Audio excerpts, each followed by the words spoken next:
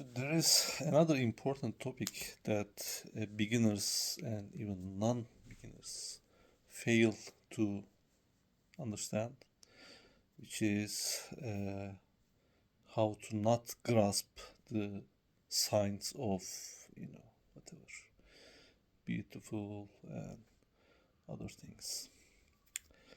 So, the classic uh, explanation is very poorly understood. When I listened it from a Theravadan scholar, he said, what's the sign of the beauty and how to avoid that. His explanation was, oh, okay, you don't like when you see a beautiful woman, you just avoid looking at the beautiful, points on her face or something, which doesn't really make sense.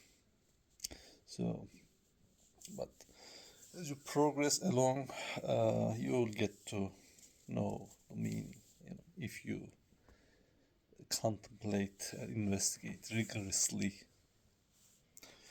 So, how to not grasp those signs, and what are those signs even mean, and where are those signs?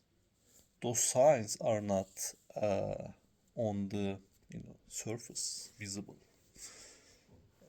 For example, um, let's go with this. Gave several examples on this issue.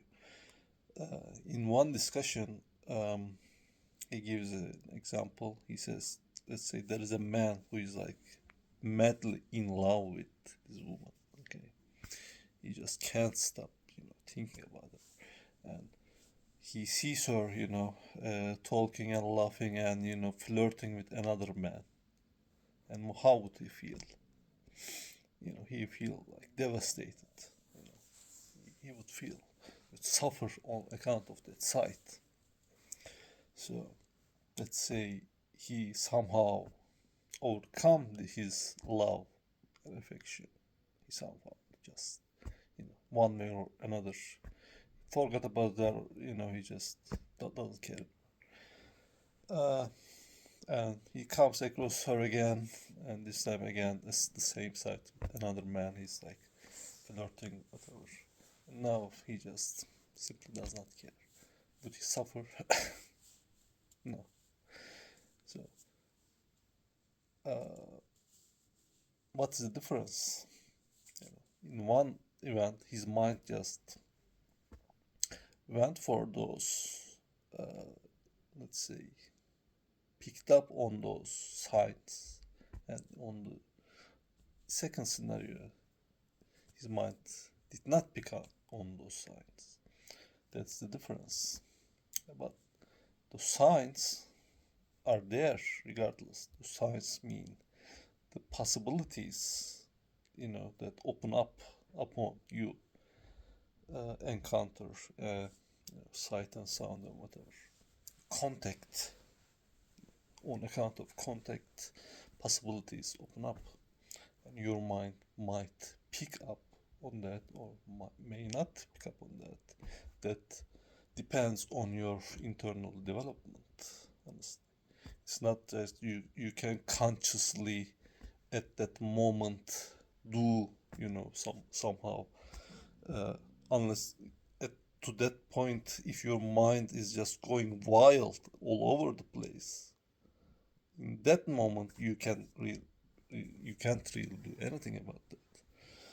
But if you have been taming your mind for years, then uh, on that event your mind won't even go there.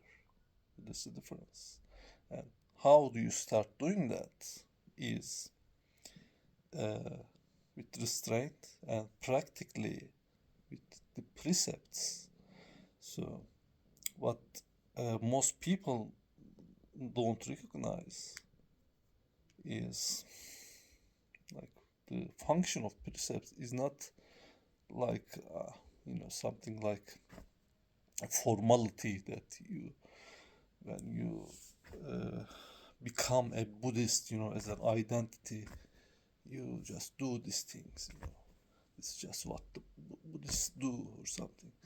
But precepts are basically the line between mind and mind grasping those signs.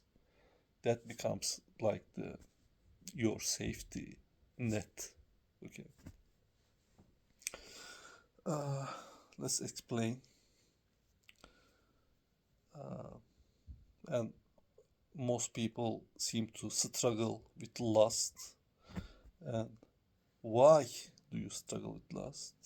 Is when you encounter an sight, enticing sight, your mind will pick up on those further possibilities of pleasure.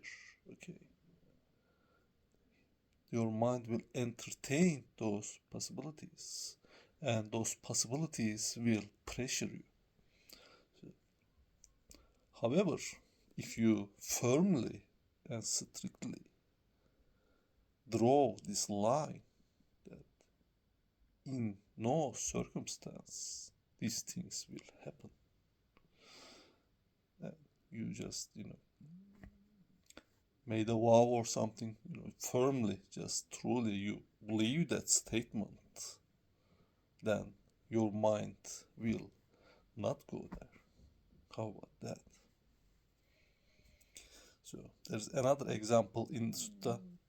So this line particularly, made me understand this point, and I think it goes over a lot of people's heads. But so when the Buddha, just instructing the monks, and he says, if gold and silver is allowable to someone, then 5 cords of sensual pleasure is allowable to him.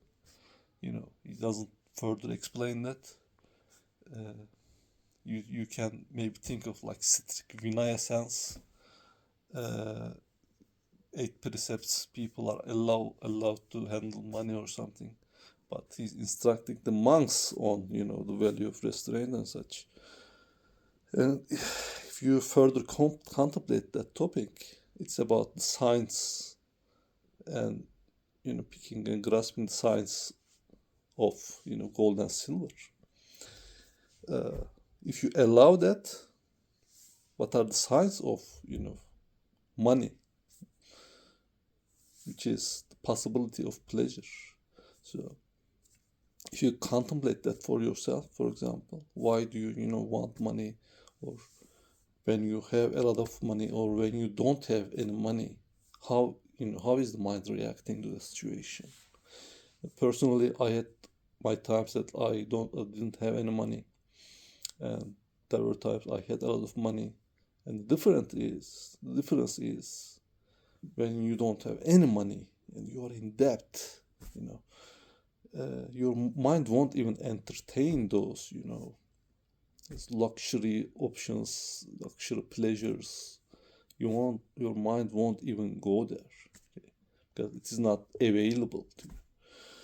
So, but when at your hand, immediately you can spend a lot of money and get very luxurious pleasures at will, then your mind will have a hard time to just stay calm and not pick up on those signs. So that's the meaning. Those signs are on the level of possibilities, and that's the reason of those precepts. They can seem arbitrary. Monks can't handle it. What's the deal with that? Why so arbitrary rules? But that's the training. That's the value of training. When you give up gold, when you give up all these luxuries and, for example, comfort. Why do you desire comfort? Because when you have comfort, your mind will entertain further sensuality.